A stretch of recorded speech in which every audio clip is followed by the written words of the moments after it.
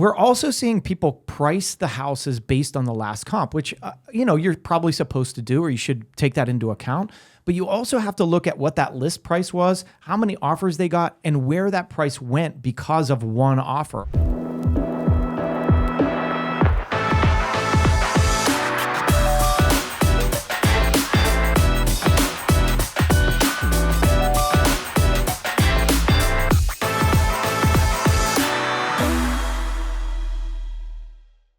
How's it going, everyone? Welcome back to another episode of the Shawn and Matt Show. My name is Matt. That is Shawn, and welcome to our show. Shawn, in today's episode, we're going to be talking about inventory levels and commissions, the two hot topics in the real estate world. It is Thursday, May 23rd. Let's start with inventory levels, Shawn, because I'm excited.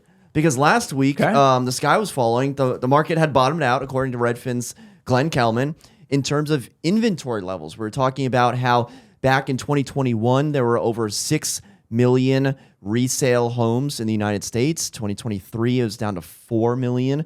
And so now we're kind of in that 4 to 4.5 million projected for 2024. Shawn, I have a graphic from the Virginia Realtors. So obviously this is more of a local Northern Virginia Commonwealth type of program. So we definitely appreciate those who tune in from across the United States. Shawn, I want to take a look at the bottom three numbers right here. Pending sales up 8% over the past year. New listings up 19%. Active inventory up 18%. Now, you could say, hey, this is just seasonal. This is just the spring market. This is just this, just that, just the other. What I'm seeing is something different. I am seeing the spring market ending. I'm seeing the houses that maybe didn't sell kind of still be on the market, but I'm also seeing the tailwind of owners putting their houses on the market. They're not being maybe the same spring buyer. I think the summer and the fall buyer are out there, but I think we're starting to see some good news here if you're a buyer out there wondering, hey, when are we going to get some more inventory? When are we going to get some relief? I don't want to go up against 10 offers.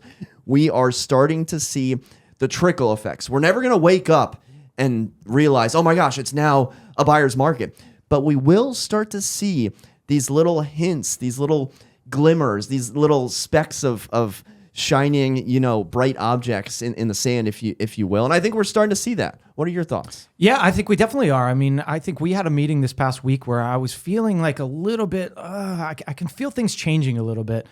And it was mainly because of one of my listings got offers, the other one didn't. And I'm like, all right, well, why is this happening? And you start this negative thought of like, oh, geez, is this the end? Did the spring market stop? Well, let's think about it. This is Memorial Day weekend. This is the start of the summer season. So if you wanted to list your property during the spring market, you basically missed it, right? The spring market is basically over once we hit that Memorial Day month. And I think there was a statistic a while ago that you mentioned June was the best time to sell. I have to disagree because I believe it's April, early May is always the best time. June might be when the settlements happen. We always see things in a 30-day difference from when we see it to when the settlements happen. And most of the people are buying in late April to early May. So that would make sense for the settlements to happen in June. But I really feel that the market is slowing and going into that summer market. We see it every year. It's seasonal. Spring market can start as early as January, and it ends pretty much mid to end May.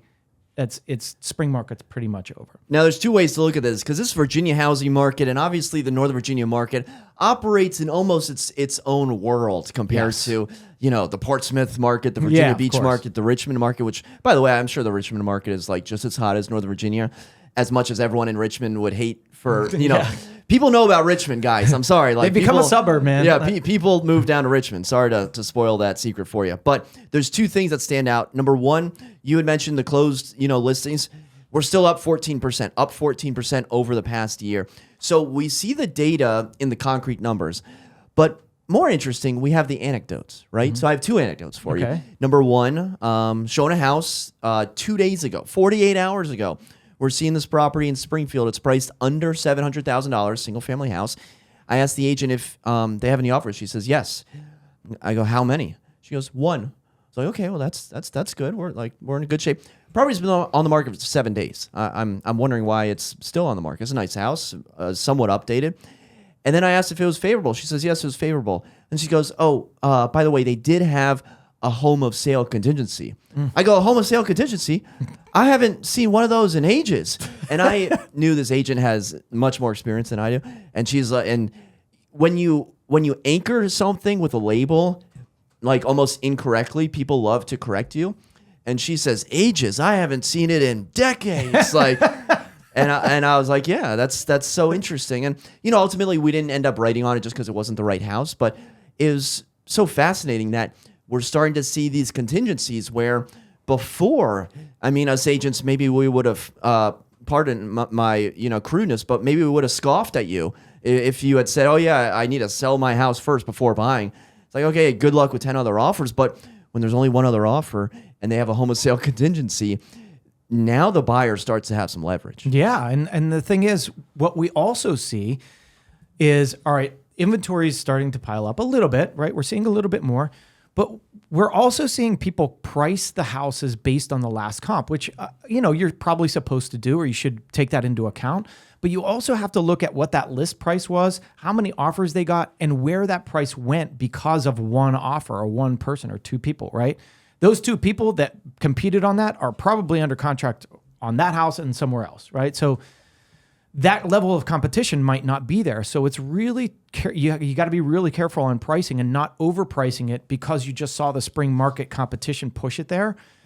The level of pricing might not be there anymore. And so you maybe the strategy is to price it a little under where that one went to, because let's face it, they're probably not there anymore. That reminds me of one other story that happened this week. By the way, if you like the anecdotes, the stories in the trenches, be sure to hit the thumbs up button or let us know in the comment section down below. Falls Church, we're looking at a house, single family, priced at $1,050,000. Now, the thing about these types of properties are when you're in the early spring market and a house comes on and you're like, all right, let's escalate $100,000 over, will it appraise? And then you look at the comps and like nothing is sold in January or December. You have to go back to like August to find a comp, and I don't know what appraisers are going to do.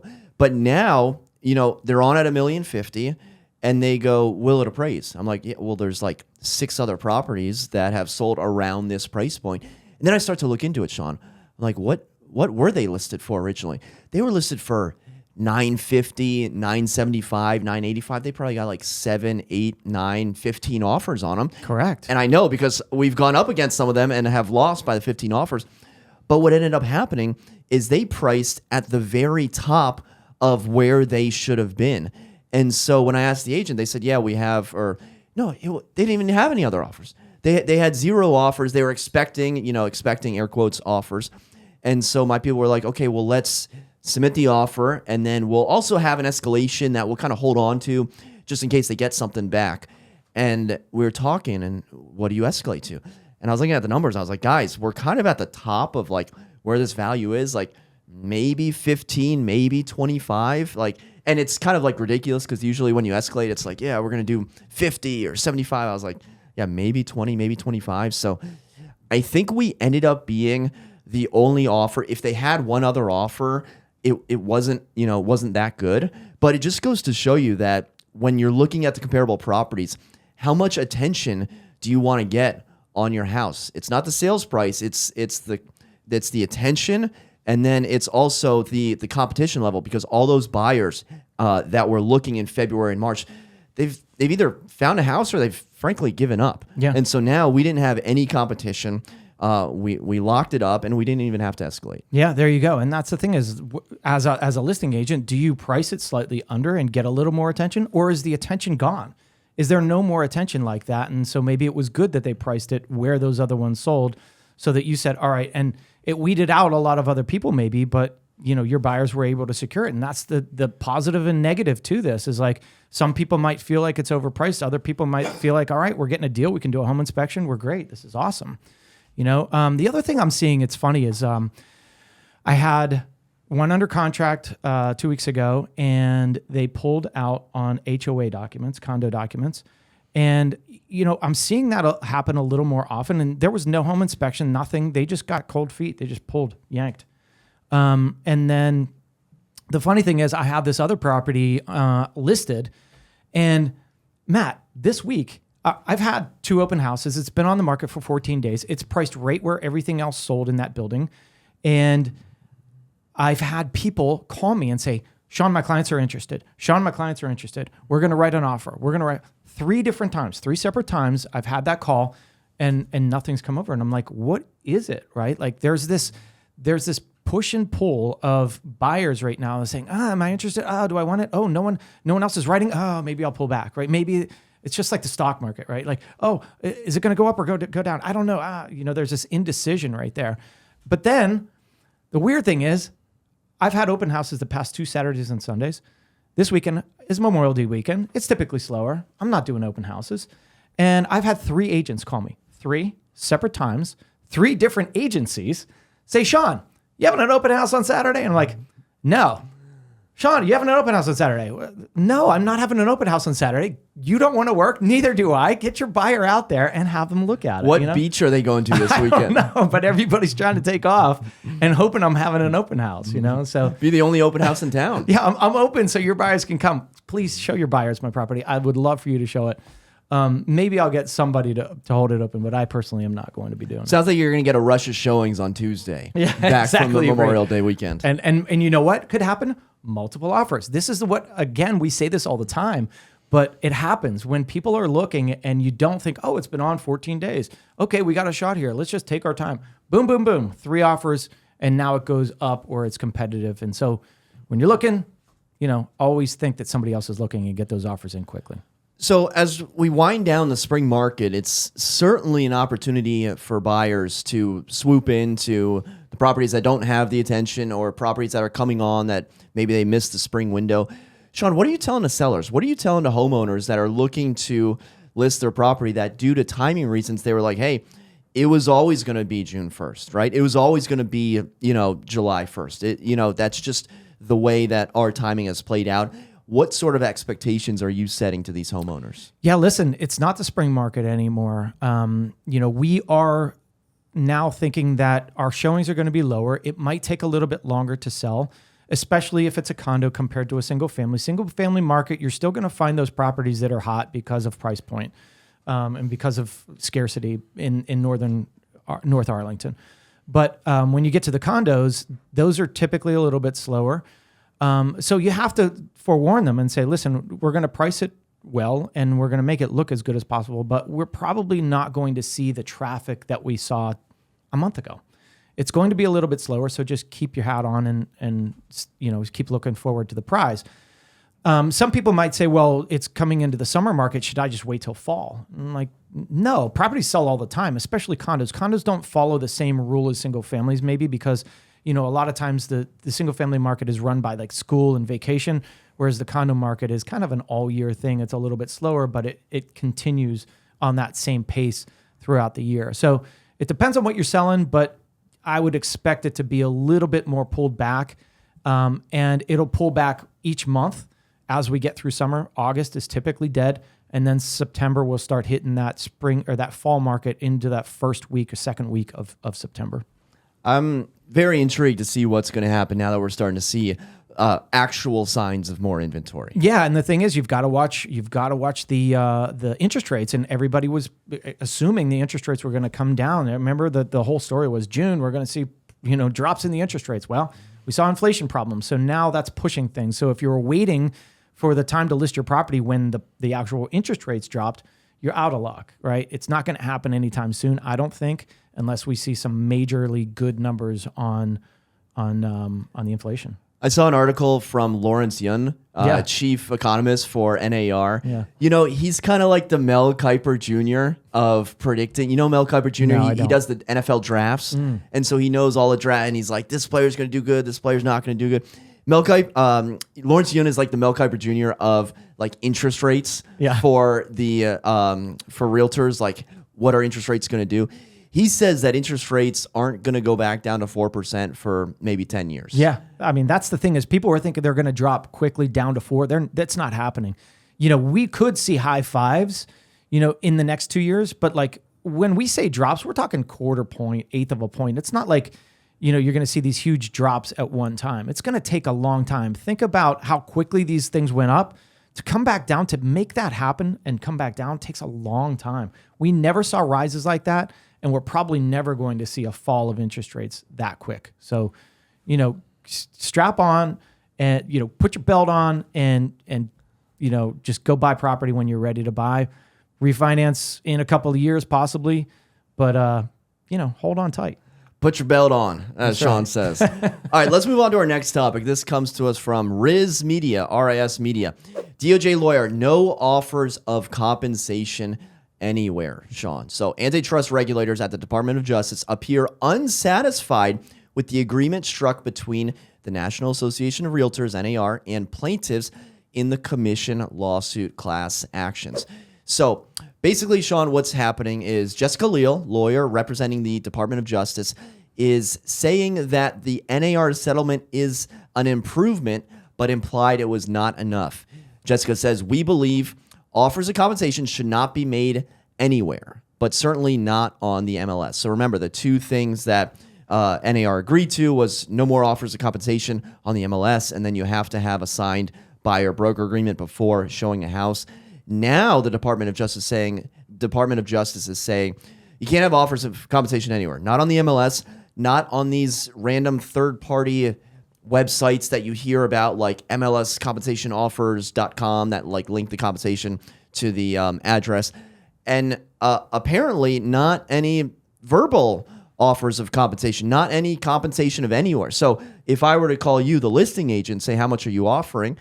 How I'm interpreting this is that you can't tell me. You can't tell me how much you're paying out, because what the Department of Justice is stating is that any sort of available knowledge of offers of compensation is steering, is willing or unwilling, guiding the consumer to certain houses, depending on the compensation levels. So, Shawn, when you hear about a report like this and in your own dealings, what are your thoughts on not knowing or not being allowed to know the compensation that's being paid out by the seller? I mean, it totally throws the industry on its head. The entire time that I've been in this industry, we have known what the buyer agency is going to be paid out because it says in the listing, not because it was standard or not because it was written in stone that this is what it had to be. It's because it was shown on the MLS as to what that listing was paying out. So was there steering because of that? Possibly, maybe. But in our state, we always had to have a buyer-broker agreement. Now, what drives me crazy about this is I thought this was settled twice before this. I thought this was settled with the government, and the government says, no, we didn't settle. No. We're going to come back and we're going to change the rules because we're the almighty government and we say what you can do and what you can't do. And if we want to change the rules, we're going to change the rules because you have to obey us. That's kind of how I feel about it. I'm tired of like government overreach. Is it overreach? Maybe I'm just mad, right? I don't know.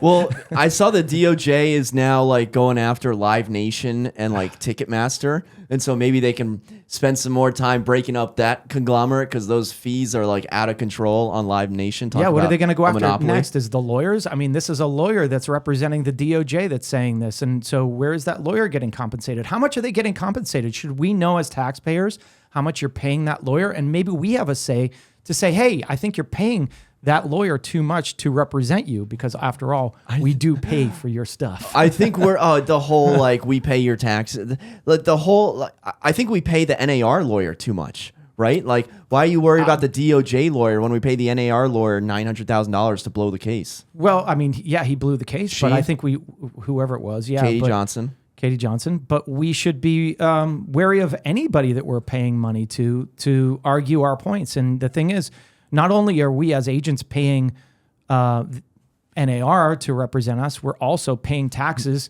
against us, right? I mean, Shawn, if you get pulled over, do you tell the police officer, I pay your salary? No, I'm not one of those guys. I'm always very nice to people, and that's the thing. No, there's certain things that you have to, like, government has to happen, but the overreach of government sometimes can get a little much. And I don't know, maybe I have to see this in a different way because I am a real estate agent and this is what I'm used to. However, this is a complete change to an industry. And when have we ever seen a complete change to any industry like this? Well, it's like the DOJ is just taking a knife, stabbing it in your heart, and then I'm saying, how do you feel about this? Exactly. What are your thoughts on this? Hey, Matt. Hey, twist the knife again and then tell me how you feel. And now here's one in your eye.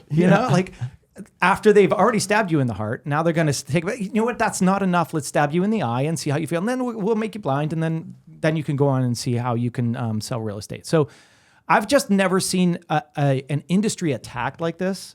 And I'm saying attacked because I really believe that it's being changed dramatically in such a big way that it's like, how are we supposed to move forward? It's going to be such a dramatic change that there might just be a stoppage of what is happening, and we're going to see a huge pileup of inventory because no one knows how to get it sold, right? And so there's going to be some training wheels that we're going to have to put on and figure out how we're going to move forward. And if I can't call an agent and say how much you pay now, then you know what? It's going to have to be. Do you want to talk about how we think it's going to progress? Well, how you tell me, because if they don't say it's okay. No, I'm just joking. I think what we're going to see is just a seller subsidy straight out of every contract. There's going to be a seller subsidy in the contract. And if they say no more seller subsidies, I'm really going to get pissed off, right? DOJ says no more seller subsidies, because that's the only way that we're going to be compensated other than people coming out of their own pocket to pay us. And we've always said, there are your buyers that have money. There are buyers that have bought and sold that know the industry. They know how to do this. They have the money to have representation. And then there are the people that don't have any money. They're doing 100% financing, 3% down. They're scraping to get the 3% down, and they don't have any more money. So what does that do? It hurts a consumer at that point because they can't have representation. And I was talking to my wife about this today. I was like, it's almost like, hey, I got a knife and I'm going to get into a fight with you who's a ninja, right? A ninja trained fighter. Am I going to fight you as a ninja trained fighter in a knife fight? I hope not. No, I'm not. And that's the same thing with the consumer trying to get in a fight or a negotiation with me, a real estate agent that is a trained real estate agent that has done this for 20 years. Are you the ninja or do you have the knife? I'm the ninja. You're the ninja. I'm the ninja, baby. Okay. You're the ninja in the suit. Yeah. No, I'm just saying, like, it's the same thing. It's like, do you really want to put people in this position? And then will we get in trouble because we're not treating everybody fairly? Hey, guess what? I have to represent my client, and my client comes first. And that is a fiduciary duty between them and me. I don't have a duty to you. And I'm going to take it to you. Right? You had mentioned buyers with 0% down payment. So jumping over to real estate news real quick, the VA will allow home buyers to pay agents, at least for now. So there's a lot of hubbub about, oh my gosh, veterans aren't going to be able to afford real estate agents or pay for real estate. Well, guess what? They just flipped the switch and they're like, okay, yeah, we can allow this now. So oftentimes agents don't like change, and then we just figure it out. It's never as big of a deal as people make it out to be. For the sellers out there, they don't have to pay a buyer's agent. They didn't have to pay one now. They didn't have to pay one 5 years ago. And so if you're just hearing about this news, it was true today. It was true 5 years ago. And you're going to do what's in your best interest to sell your house for the highest amount of money. And oftentimes that will lead to incentivizing people to enter your home, because when you don't pay out or offer a buyer's agent commission, then you remove a large amount of buyers that are in the buyer pool that can't afford their agent. So it certainly makes sense to think about a compensation for the buyer's agent. And if the Department of Justice is saying that compensation won't be allowed, agents are going to figure out a way, and home buyers are going to figure out a way, and sellers are going to figure out a way to move on and still have buyer's agents that are compensated, selling agents that are compensated, and everything in between. Yeah, I mean, we're going to figure it out. I get heated because it's just like, it's annoying, right? We think it's going one way, then the DOJ says, no, look, I was just joking. We're going to go a little bit harder on you. So it's another, like you said, stab in the heart, and it's like, all right, when are we going to get beyond this? So I believe it's going to be seller subsidies that will pay for a lot of the buyer agents, and especially when we get into, like we say, more inventory right now. More inventory leads to easier deals for buyers and the ability to negotiate those types of things. So the fact that we are seeing a little bit more inventory is and will help with the fact that we can't see compensation, because hopefully we'll just see it as a seller subsidy. Now, what I want to say is, the crazy thing is the VA, the Veterans Affairs, if you're doing a VA loan, always in the past, right? If you were a veteran and you're getting a loan, you could not pay your buyer's agent. You could not pay them ever. All right. So think about this. I'm buying a house. You're my agent. You have to rely on somebody else paying you because I can't pay you. Okay. The VA is a government entity. Okay. They're saying that I can't pay him as a buyer agent. The DOJ is another government agency. And they are now saying that the seller can't pay a buyer agency commission. They can't offer any compensation. So where does that leave that buyer? Right now, the buyer can't pay for the compensation, and the seller pretty soon is not allowed to pay that compensation. So where does that buyer leave? This is the same government, two different entities of that government saying two conflicting and totally different things, which is outrageous to me. If you were on the side of the VA before and you were saying you cannot, as a buyer, pay a buyer agent, you have to rely on somebody else to compensate that person. And now the DOJ is saying, seller, you're not allowed to offer a compensation to this person.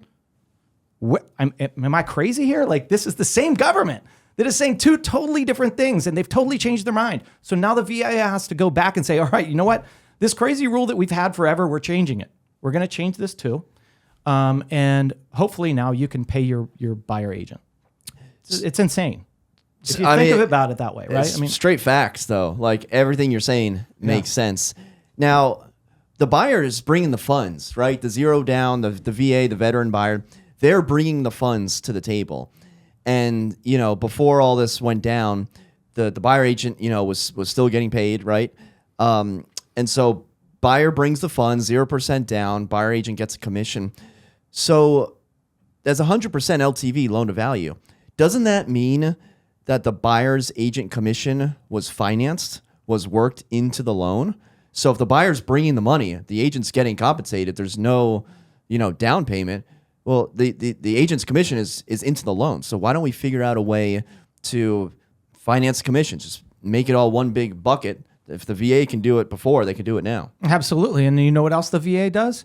They have a VA funding fee. So 100% commission or 100% financing is actually 101 or 102% financing because a VA funding fee can be financed. So if you bought a house for $300,000 and your VA funding fee was, I don't know what it is, honestly, but like say it's $6,000, you just have a loan for $306,000. So like, that's the crazy thing. It's like, and not only that, VA appraisers are so much more tough and strict, in my opinion, from what I've seen in the past. The rules on, VA financing are tougher and more strict than conventional. Anyways, I digress. Yeah, there are going to be huge changes here. Which way it's going to go, I don't know. Is the DOJ going to then change and say, you know what, no more buyer agency, and we're going to go back to the days of old? I don't know.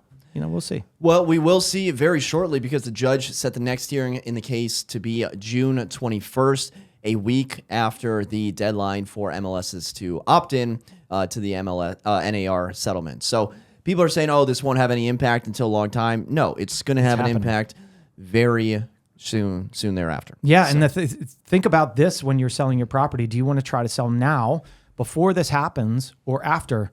And I don't know what the difference is going to be because right now, some people are most people are offering compensation, a seller, a buyer agency compensation, which could be whatever percentage you feel that you want to pay out.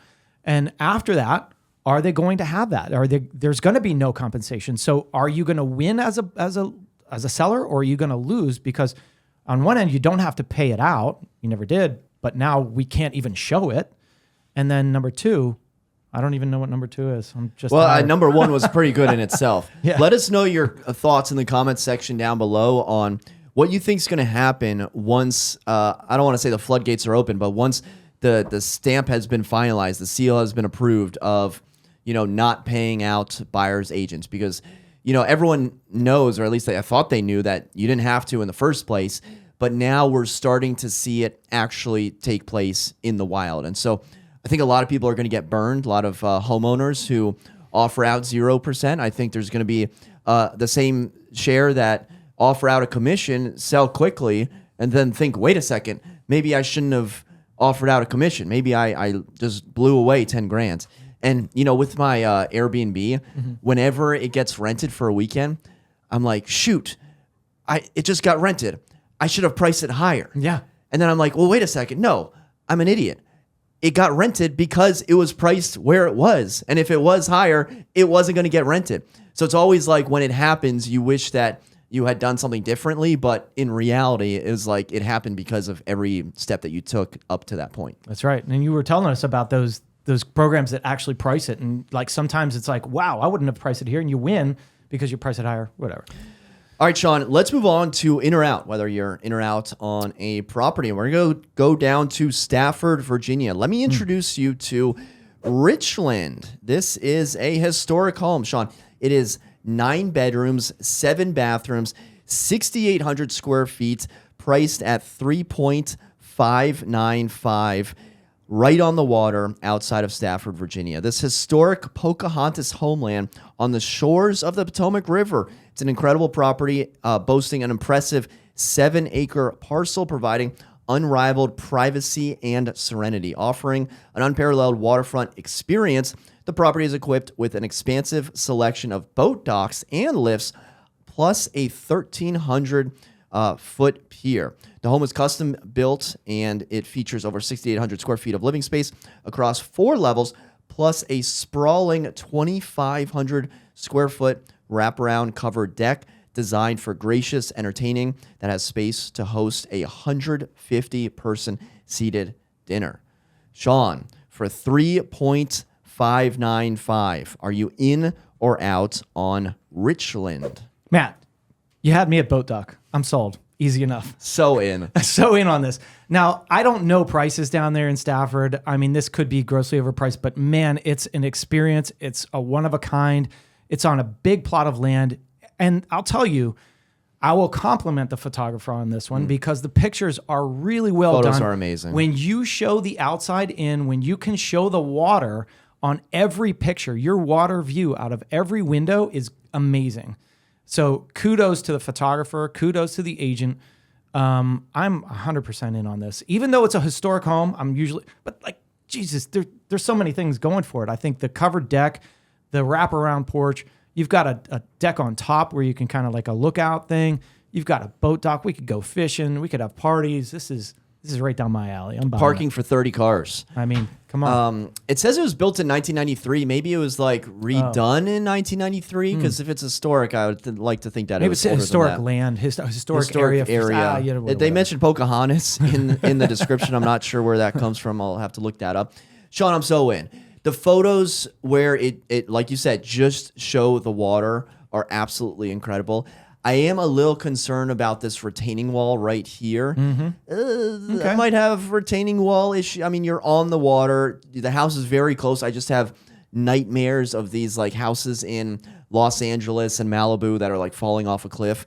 Doesn't look like that's going to happen here, but I don't know, what the future holds. I love everything about this house. I looked it up on Google Maps.